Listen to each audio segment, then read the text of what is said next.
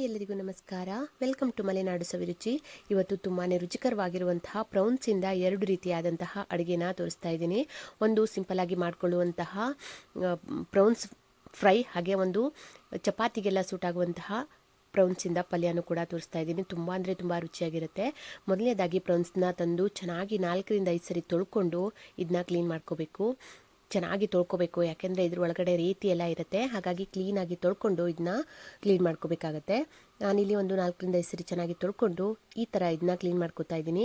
ನೋಡಿ, ಹೀಗೆ ಮೇಲಿನ ಸಿಪ್ಪೆನೆಲ್ಲ ನೀಟಾಗಿ ತಕ್ಕೊಳ್ಬೇಕು. ನೋಡಿ, ಈ ರೀತಿಯಾಗಿ ತಗೊಳ್ಬೇಕಾಗತ್ತೆ. ಈ ರೀತಿಯಾಗಿ ತೆಗೆದು ಆಮೇಲೆ ಒಳಗಡೆ ಈ ಥರ ಕಪ್ಪು ದಾರ ಥರ ಇರುತ್ತೆ, ಅದನ್ನು ಕೂಡ ತಕ್ಕೊಳ್ಬೇಕು. ಈ ಥರ ಸ್ವಲ್ಪ ನಿಧಾನಕ್ಕೆ ಎಳ್ಕೊಂಡ್ರೆ ಆ ದಾರ ಪೂರ್ತಿಯಾಗಿ ಬಂದುಬಿಡುತ್ತೆ. ನೋಡಿ, ಹೀಗೆ ಈ ರೀತಿಯಾಗಿ ಕ್ಲೀನ್ ಮಾಡ್ಕೋಬೇಕಾಗತ್ತೆ. ನೋಡಿ, ಈ ರೀತಿಯಾಗಿ ಎಲ್ಲನೂ ಕೂಡ ಇದೇ ರೀತಿಯಾಗಿ ಕ್ಲೀನ್ ಮಾಡ್ಕೋಬೇಕು. ಮೊದಲು ತಲೆಭಾಗನ ತೆಗೆದು ಆಮೇಲೆ ಮೇಲ್ಗಡೆ ಇರುವಂತಹ ಪೂರ್ತಿ ಸಿಪ್ಪೆನೆಲ್ಲ ತಕ್ಕೊಳ್ಬೇಕು.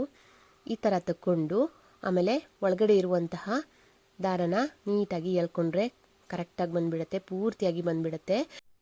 ಎಲ್ಲನೂ ಕೂಡ ಇದೇ ರೀತಿಯಾಗಿ ಕ್ಲೀನ್ ಮಾಡ್ಕೋಬೇಕು. ಒಂದು ವೇಳೆ ಹೀಗೆ ಕೈಯಲ್ಲಿ ತೆಗಿಯೋದಕ್ಕೆ ಬರೋಲ್ಲ ಅನ್ನೋದಾದರೆ ಒಂದು ಸರಿ ಚಾಕು ತಗೊಂಡು ಚಾಕುನಿಂದ ಸೈಡಲ್ಲಿ ಕಟ್ ಮಾಡ್ಕೋಬೇಕು. ಒಂದು ಸೈಡಲ್ಲಿ ಕಟ್ ಮಾಡ್ಕೊಂಡ್ರೆ ಆ ದಾರ ಕಾಣಿಸುತ್ತೆ, ಆಗ ಆ ದಾರನ ಸಿಂಪಲ್ಲಾಗಿ ತಕ್ಕೊಳ್ಬೋದು. ಒಂದು ವೇಳೆ ಹೀಗೆ ತೆಗಿಯೋದಕ್ಕೆ ಬರೋದಿಲ್ಲ ಅನ್ನೋದಾದರೆ ಆ ರೀತಿಯಾಗಿ ತಕ್ಕೊಳ್ಬೇಕಾಗತ್ತೆ. ಒಟ್ಟಾರೆ ಈ ಥರ ಕಪ್ಪು ದಾರ ಇರೋದನ್ನು ಕ್ಲೀನ್ ಮಾಡ್ಕೋಬೇಕು. ಹಾಗಿದ್ರೆ ಮಾತ್ರ ತುಂಬಾ ಚೆನ್ನಾಗಿರುತ್ತೆ. ಯಾಕೆಂದರೆ ಇದು ಅಷ್ಟೊಂದು ಟೇಸ್ಟ್ ಆಗಲ್ಲ, ಮತ್ತು ಇದು ತಿಂದರೆ ಸ್ವಲ್ಪ ಹೊಟ್ಟೆ ಹಾಳಾಗುತ್ತೆ ಅಂತಲೂ ಕೂಡ ಹೇಳ್ತಾರೆ. ಹಾಗಾಗಿ ಈ ರೀತಿಯಾಗಿ ಕ್ಲೀನ್ ಮಾಡಿ ಇಟ್ಕೊತಾ ಇದ್ದೀನಿ. ಕ್ಲೀನ್ ಮಾಡಿರೋದನ್ನು ಒಂದ್ಸರಿ ತೊಳ್ಕೊಂಡು ಇದಕ್ಕೆ ಒಂದು 1/4 ಟೀ ಸ್ಪೂನ್ ಆಗುವಷ್ಟು ಅರಿಶಿನ ಹಾಗೆ ಒಂದು ಸ್ವಲ್ಪ ಉಪ್ಪನ್ನು ಹಾಕಿ ಒಂದು 10 ನಿಮಿಷ ಇದನ್ನ ಮ್ಯಾರಿನೇಟ್ ಮಾಡಿ ಇಟ್ಕೊತಾ ಇದ್ದೀನಿ.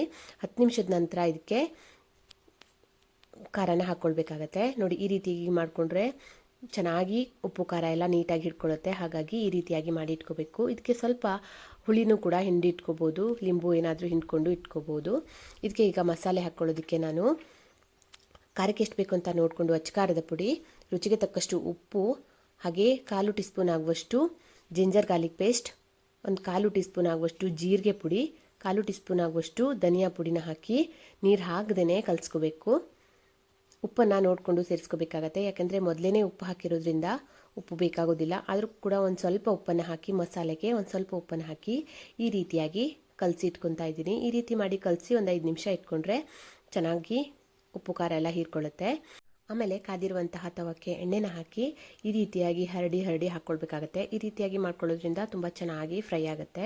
ಇದನ್ನ ಡೀಪ್ ಫ್ರೈ ಕೂಡ ಮಾಡ್ಕೋಬೋದು, ಆದರೆ ಕಡಿಮೆ ಎಣ್ಣೆಯಲ್ಲಿ ಮಾಡ್ಕೋಬೇಕು ಅನ್ನೋದಾದರೆ ಈ ರೀತಿಯಾಗಿ ಮಾಡ್ಕೋಬೇಕು. ತುಂಬಾ ಸಖತ್ತಾಗಿರುತ್ತೆ.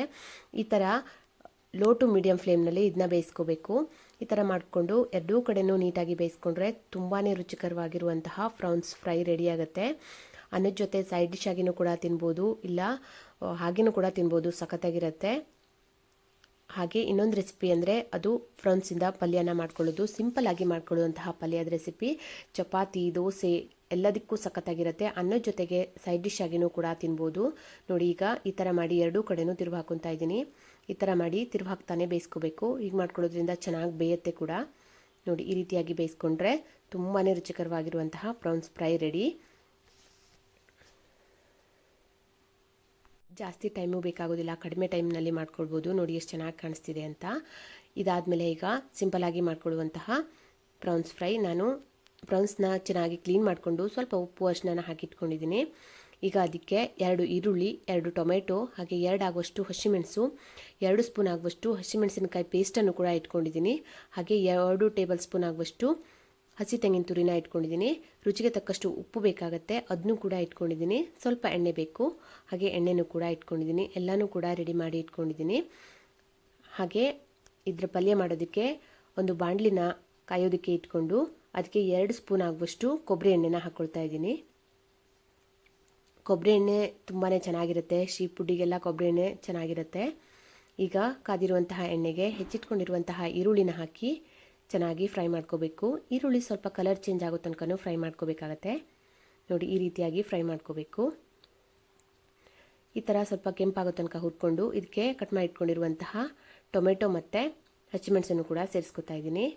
ಈಗ ಹಸಿಮೆಣಸು ಮತ್ತು ಟೊಮೆಟೊ ಎರಡೂ ಕೂಡ ಸ್ವಲ್ಪ ಕೆಂಪಾಗೋ ತನಕ ಹುರ್ಕೋಬೇಕು. ಟೊಮೆಟೊ ಸ್ವಲ್ಪ ಮೆತ್ತಗಾಗಬೇಕು. ಅದಕ್ಕೆ ಈಗ ರುಚಿಗೆ ತಕ್ಕಷ್ಟು ಉಪ್ಪನ್ನು ಕೂಡ ಸೇರಿಸ್ಕೊತಾ ಇದ್ದೀನಿ. ನಾನು ಸಿಗಡಿಗೂ ಕೂಡ ಉಪ್ಪು ಹಾಕಿರೋದ್ರಿಂದ ಸ್ವಲ್ಪ ಕಡಿಮೆನೇ ಉಪ್ಪನ್ನು ಹಾಕ್ಕೊಳ್ತಾ ಇದ್ದೀನಿ. ಉಪ್ಪನ್ನು ಹಾಕಿ ಒಂದ್ಸರಿ ಚೆನ್ನಾಗಿ ಮಿಕ್ಸ್ ಮಾಡಿಕೊಂಡು ಇದನ್ನ ಬೇಯಿಸ್ಕೋಬೇಕು. ಈಗ ಟೊಮೆಟೊ ಸ್ವಲ್ಪ ಮೆತ್ತಗಾಗೋ ತನಕ ಬೇಯಿಸ್ಕೋಬೇಕಾಗತ್ತೆ. ಈ ರೀತಿಯಾಗಿ ಉಪ್ಪು ಹಾಕಿ ಬೇಯಿಸ್ಕೊಳ್ಳೋದ್ರಿಂದ ಟೊಮೆಟೊ ಮತ್ತು ಈರುಳ್ಳಿ ಕೂಡ ಚೆನ್ನಾಗಿ ಮೆತ್ತಗಾಗತ್ತೆ.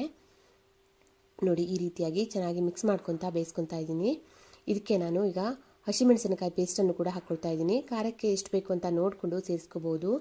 ಹಸಿಮೆಣಸು ಅಷ್ಟೊಂದು ಖಾರ ಆಗಿರಲಿಲ್ಲ, ಹಾಗಾಗಿ ಪೇಸ್ಟನ್ನು ಹಾಕ್ತಾಯಿದ್ದೀನಿ. ಈಗ ಹಸಿಮೆಣಸಿನಕಾಯಿ ಪೇಸ್ಟ್ ಹಾಕಿದ ಸ್ವಲ್ಪ ಹಸಿ ವಾಸನೆ ಹೋಗೋ ತನಕ ಇದನ್ನ ಬೇಯಿಸ್ಕೋಬೇಕು. ಈಗ ಇದಕ್ಕೆ ನಾನು ಚೆನ್ನಾಗಿ ನೆನೆಸಿಟ್ಕೊಂಡಿರುವಂತಹ ಪ್ರಾನ್ಸ್ನ ಹಾಕ್ತಾಯಿದ್ದೀನಿ. ನೋಡಿ, ಪ್ರಾನ್ಸ್ನ ಹಾಕಿದ್ಮೇಲೆ ಮತ್ತೆ ಒಂದ್ಸರಿ ಚೆನ್ನಾಗಿ ಇದನ್ನ ಮಿಕ್ಸ್ ಮಾಡ್ಕೊತಾ ಇದ್ದೀನಿ. ಸ್ವಲ್ಪ ಹೊತ್ತು ಎಣ್ಣೆನಲ್ಲೇ ಇದನ್ನ ಫ್ರೈ ಮಾಡ್ಕೋಬೇಕು. ಈ ರೀತಿ ಫ್ರೈ ಮಾಡ್ಕೊಳ್ಳೋದ್ರಿಂದ ಚೆನ್ನಾಗಿ ಬೇಯುತ್ತೆ ಪ್ರಾನ್ಸು. ನೋಡಿ, ಹೀಗೆ ಈ ರೀತಿಯಾಗಿ ಬೇಯಿಸ್ಕೊಂಡು ಇದಕ್ಕೆ ಸ್ವಲ್ಪ ನೀರನ್ನು ಹಾಕಿ ಬೇಯಿಸ್ಕೊತಾ ಇದ್ದೀನಿ. ಒಂದು 1/4 ಲೋಟ ಆಗುವಷ್ಟು ನೀರನ್ನು ಹಾಕಿ ಬೇಯಿಸ್ಕೊತೀನಿ. ಒಂದ್ಸರಿ ಚೆನ್ನಾಗಿ ಮಿಕ್ಸ್ ಮಾಡಿಕೊಂಡು ಇದೊಂದು ಸ್ವಲ್ಪ ಚೆನ್ನಾಗಿ ಬೇಯೋ ತನಕ ಬಿಡ್ತಾ ಇದ್ದೀನಿ. ನೋಡಿ, ಹೀಗೆ ಇದಕ್ಕೆ ಈಗ ರುಚಿಗೆ ತಕ್ಕಷ್ಟು ಉಪ್ಪನ್ನು ಹಾಕ್ತಾ ಇದ್ದೀನಿ. ಮೊದಲೇ ನಾನು ಹಾಕಿದ್ದೆ, ಹಾಗಾಗಿ ಸ್ವಲ್ಪ ಉಪ್ಪನ್ನು ಹಾಕ್ಕೊಳ್ತಾ ಇದ್ದೀನಿ. ಉಪ್ಪನ್ನು ಹಾಕಿ ಒಂದ್ಸರಿ ಚೆನ್ನಾಗಿ ಮಿಕ್ಸ್ ಮಾಡಿಕೊಂಡು ಇದನ್ನ ಕುದಿಸ್ಕೋಬೇಕು. ಇದಕ್ಕೆ ಈಗ ತುರಿದಿಟ್ಕೊಂಡಿರುವಂತಹ ಹಸಿ ತೆಂಗಿನ ತುರಿನೂ ಕೂಡ ಸೇರಿಸ್ಕೊತಾ ಇದ್ದೀನಿ. ಹಸಿ ತೆಂಗಿನ ತುರಿ ಹಾಕಿದ ಮೇಲೆ ಮತ್ತೆ ಒಂದ್ಸರಿ ಚೆನ್ನಾಗಿ ಮಿಕ್ಸ್ ಮಾಡಿಕೊಂಡು ಒಂದು ಲಿಡ್ಡನ್ನು ಕ್ಲೋಸ್ ಮಾಡಿ ಇದನ್ನ ಬೇಯಿಸ್ಕೋಬೇಕಾಗತ್ತೆ. ನೋಡಿ, ಈ ರೀತಿಯಾಗಿ ಚೆನ್ನಾಗಿ ಒಂದ್ಸರಿ ಮಿಕ್ಸ್ ಮಾಡಿಕೊಂಡು ಒಂದು ಲಿಡ್ಡನ್ನು ಕ್ಲೋಸ್ ಮಾಡ್ಕೊತಾ ಇದ್ದೀನಿ. ಹೀಗೆ ಮಾಡಿಕೊಂಡು ಒಂದು 5 ನಿಮಿಷ ಇದನ್ನ ಲೋ ಫ್ಲೇಮ್ನಲ್ಲೇ ಬೇಯಿಸ್ಕೋಬೇಕು. ನೋಡಿ, ಹೀಗೆ ಲೋ ಫ್ಲೇಮಲ್ಲೇ ಬೇಯಿಸ್ಕೊಂಡ್ರೆ ಚೆನ್ನಾಗಿ ಬೇಯುತ್ತೆ.